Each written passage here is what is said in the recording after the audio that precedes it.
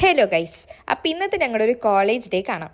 ഞങ്ങൾക്ക് ഇന്ന് രാവിലെ കഴിക്കാൻ വേണ്ടി നൂലപ്പവും കുറുമക്കറിയായിരുന്നു. അത് കഴിഞ്ഞ് ഞങ്ങൾ എക്സാമിന് കുറച്ചേരം ഇരുന്ന് പഠിച്ചു. എക്സാം ആസ് യൂഷ്വൽ നല്ലതായിരുന്നു. പിന്നെ ഞങ്ങൾ കുറേ കാര്യങ്ങൾ ചർച്ചയൊക്കെ ചെയ്തു.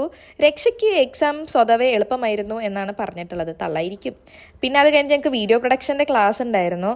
നല്ല രസമായിരുന്നു. ഞങ്ങൾക്ക് ഇന്ന് ക്യാമറയൊക്കെ എങ്ങനെയാണ് എടുക്കേണ്ടതെന്നൊക്കെ മിസ്സ് കുറേ പഠിപ്പിച്ചു തന്നു.